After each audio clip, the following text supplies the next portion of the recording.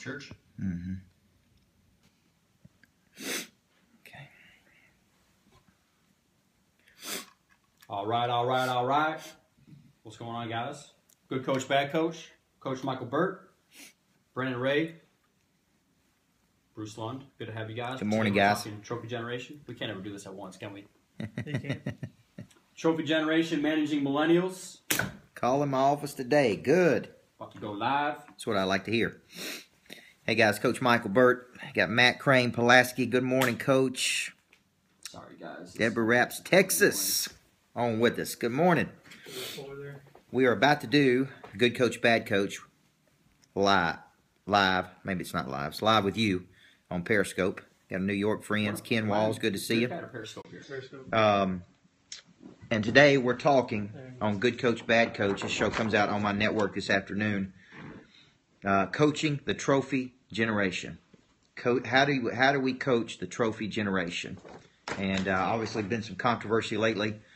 A person, I think it was a football player, that actually sent back The son's trophies. Yeah. Yeah. Send back his son's trophy. So Participation trophies. that's what we're going to be talking about. You can watch this show on the network, BurtNetwork.com. BurtNetwork.com.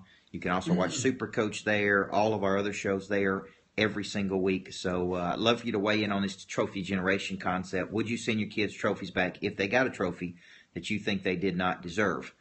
And so that's kind of what we're going to be talking about here. Bruce Lund, my VP of Operations, is over here. What's up, guys? And get some airtime over here, Coach. Yeah, he's only got 2 or 3 Periscope followers, so has to kind of jump on mine. That's not true. How was the webinar? Good. Hey, handsome. How you doing? I like that. Hope you're calling me handsome. Hey, should you talk about when you went over to view a property? You got called handsome over there too, right? Yes, I did. Handsome today. Got that swag going. All right, if you guys ready, we're about to do this thing live. If you got questions for me, just ask me. Trophy generation is what we're talking about today. And would you send the trophies back? Would you send the trophies back if your kids, if you didn't think they deserved it? That's really kind of what we're talking about today. I'd love to get your feedback on this, okay? Hey, check out my audience's feedback. It's pretty solid. All right, we're ready to go here. Let's see. Sissy Crane rocking. Haven't watched it completely, but amazing info. Good. Talking about the webinar. All right, here we go, guys. Hey, guys, welcome to another episode of Good Coach, Bad Coach. I'm Coach Michael Burt, the Super Coach. We come to you every Friday, 2 p.m. on the Burt Network, BurtNetwork.com. And today we're talking coaching the trophy generation. The reason we put together this Good Coach, Bad Coach concept is in my previous life, I was a head women's basketball coach. We won a championship. We built a championship culture. Many of the principles I teach came from me learning and growing during my role as a head coach. I have now transferred those skills over as an entrepreneur into the business world, and I'm now really coaching and developing the talent within companies. We speak, we coach, we train, we lead, we write books. I actually have a new book coming out, hopefully by the end of this year, called Everybody Needs a Coach in Life. And so we believe a good coach can change your life. We believe a bad coach does one thing: squander good talent. Now, I'm talking bad manager, bad boss, bad coach, bad leader, bad whatever, bad mentor, squanders good talent, and we believe that we need a good coach in life. I'm here with my Vice President of Operations, Bruce Lund. What is going on, guys? Who has his own book out called Nexpert, and just sold 10 copies of that the other day. Things rolling off the shelves. Rolling off the shelf. I can't get that thing stocked. And today we're talking Good Coach, Bad Coach, coaching the trophy generation. So I'm going to turn this thing over to Bruce. Thank you to all the college coaches that listen to the show. We have some major Division I coaches. We've got some people on Periscope that are watching us today, giving us a shout out. And you can go to CoachBurt.com, purchase any of the books that I've written, 10 books out in the market. A very popular one is Person of Interest. We just finished doing in Dallas, Texas, for Deloitte University. Okay, Bruce, take us away, man. Yeah, Coach. And I also think it's important, before we start the show, you always kind of give the premise. We're doing this from the perspective of Super Coach, Coach Michael Burt, and also Boss Man Michael Burt. And I kind of come from the perspective of a former collegiate student athlete and then also the employee. And so I do think it's important to kind of give those two different sides when we do the premise. And one is, did we tell the audience what is the trophy generation? No, we did not. So I think so. In today's day and age now, you know, a lot of these young people are given trophies now. They show up, they participate in T-ball and Little League, and they go out for ice cream after the games. They're not keeping scores. They're given medals and trophies just for showing up. And I actually saw this now in higher education, where a lot of the coaches now, they just expect their students to do what? Show up for class. So the students are disengaged. They got their headphones in. And it's kind of just been scripted into them all their lives now. It's just showing up's half the battle. And you get an award for doing that. And the topic for this show for this week came to me when you talked about it a little bit before the show, but James Harrison, who's an all-pro linebacker in the NFL, he posted on his Instagram account that he's sending back his son's participation trophies. He came home, their son had these trophies sitting out. Hey, Dad, I got these trophies just for participating. He said, we're going to send those things back, man. Not on my watch, right? And I think it's important to kind of talk about James Harrison, his background. He walked on at Kent State, ended up earning a full-ride scholarship, went undrafted in the NFL, and then he became an all-pro linebacker. And I think he won Defensive Player of the Year one time. Okay. And so this is a guy who has earned everything that he's gotten in his life. And so he's kind of paving the way for his children. But I do want to read the quote here. He said, I'm not sorry for believing that everything in life should be earned, and I'm not about to raise two boys to be men by making them believe that they are entitled to something just because they try their best. Because sometimes your best is not enough, and that should drive you to want to do better. Not crying and whine until somebody gives you something to shut you up and to keep you happy. And so this is where I want to bring in you, the super coach, because in the athletic world now, the trophy generation can kind of be summarized up in being soft, right? You've heard about, you know, in the athletic world, we use the term soft a lot. And so do you agree with James Harrison, what he did here? Because he's kind of receiving a lot of controversial comments about it. I do agree. Now, there's several problems here. We have been taught by a lot of people that 90% of winning, I think it was Woody Allen that said 90% of winning is just showing up. Yeah. So we tell people that. We tell people that if you just show up. Now, you can't win if you don't show up. We know that. But what has happened, in my opinion, is that we're not rewarding results. Entrepreneurs get rewarded on results. They do not get rewarded on a bureaucratic time system of just showing up.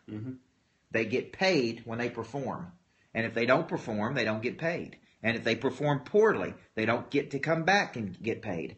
And so you're talking to a guy who finished second in a tournament in Florida, and I had the bus driver pull over so I could throw the second place trophy out and hit a stop sign with it. Now, am I proud of that? No. Not proud of that. Coach. Okay, don't do that. Not proud of that.